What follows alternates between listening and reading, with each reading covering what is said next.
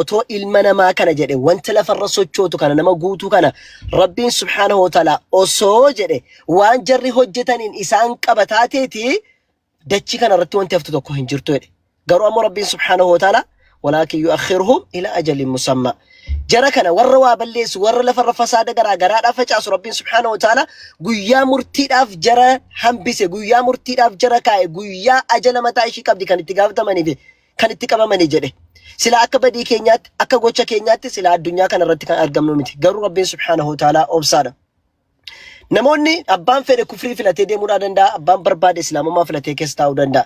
Garuu sababa nama tokko godhatanii fakkeenyaaf abdii kana sababa godhatanii islaamummaa gadhiisira jechuun waan hin fakkaanne wani aga har'aan mormaa jiru kana qofadha. Namni nama arrabsee miira keessa nama galchuu danda'a, namni nama qeeqee miira keessa isa galchuu danda'a, namni waan barbaade miira keessa isa galchuu danda'a. Sun akka farhaanittis ta'e akka eenyuttu hin deeggaraman illee hin deeggaru jechuudha. Nama arrabsu nama kafarsiisu waan fedhe dubbatati kafartee taate kana itti eenyuun hin deeggaru. Laakiin sababa namoonni kaan qeeqaa turanitti sababa jireenyi isaa jala babbadeetti har'a sababa abdii raggaasaa godhatanii islaamaa keessaa ba'achuun dogongora guddaadha. Kana wanni ani dubbachuu barbaadu wanti dubbiin irratti walii galuu barbaadu abdiin akka nama kamiyyuu waa maxxansee jira. Wanni sun hin ta'u jennaan kaasee jira. Garuu sababa ishee kanaa bichaa ijoollee raggaasaa jedhanii sababa godhatee islaamaa keessaa ba'uun abbaan barbaade sababa kanaatiin eessa yoo deeme mirga isaati. Garuu kufriin mataa isaatiif kafaraa bor kan itti gaafatamu isadha. Namni kamummoo yoo islaamummaa keessa jiraate nu gammachiisa. Lakkiin baana jennaan karaan immoo bal'aadha wanti nuti jennuun tokko hin jiru jechuudha. Kanaafuuti Rabbiin subhaanahu wa ta'ala namni gaarii hojjetes mataa isaatiifis, namni fokkataa hojjetes mataa isaatiifidha. Abdiidha jedhee namni waan hojjetu, farhaanii jedhee hin hojjetu, hunduu mataa isaatiif jedhee. Osoo abbaan fedhe kufrii keessaa miti waan barbaade keessaa si baase, si arrabse, waan fedhe siin jedhe islaamummaa keessaa si baasuu hin qabu. Kun hagam tokko imaanni namaa gadhaabataa ta'uusaa fi gadhaabataa ta'uu dhiisuusaa agarsiisa malee namni otoo islaamummaa keessa sila gadhaabatee jiraate otoo muftiin fedhe dhufee farhaan kaafira naan jedheeti kufrii koo anatu beeka waan ta'eef waan rabbii koo kijjiniin hidhannaa qabu ani islaamummaa keessaa eenyuuf jedheen ba'u. Tole eenyuuf jedheen ba'u. Ammoo guyyaa lamaa fi torbee lamatti ani dubbiseen Yesuus geetaadha jedhee fudhadheera jechuun የማይሆን ነገር ነው waanuma hin fudhatama hin qabne.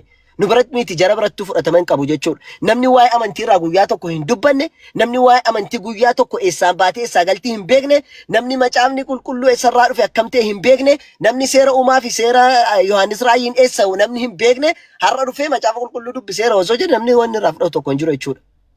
Namni sila yoo amantiitti siqee jiraate amantii faana wal beekedha dubbiseera bakka namni kun waa'ee amantii hin beeka jedhama. Waa'ee amantii osoo hin beekin dura dubbiseera jechuun gaazexaa miti macaafni. Kanaafuuti abbaan fedhe islaamaa deeme islaamaa dhufe alhamdulillah hin qeeballaani kun ormayyuu qeebalaa jirra isa dhukeessaa deemuu miti. Dhiibbaa namaatiin deeme namarraa dhimman qabu rabbii koo malee jedhe weelkaam. Lakki immoo ani namni akkasii otoo islaamaa keessa jiruuti islaamaa keessa hin taa'u sun mirga isaati.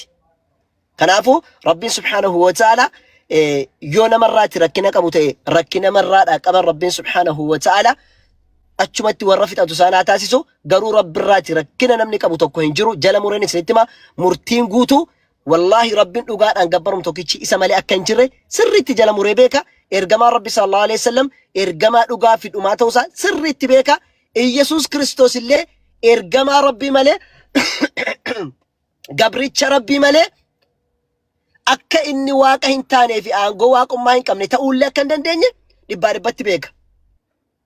Garuu oriisaan nama arrabni nama kanatti isa geesse ofiidhuma isaa abiddatti isa geessa malee namni bakka isaa hin gubatu sinii galee. Saniifuu yoo ofii gamna namaa taate yoo gamna namaa taate dafiti bakka seente jalaatti miliqi. Maaliif namaa jedhaan hin gubadhu otoon dhugaa beeku osoon dhugaa argaa jiruuti jechuudha.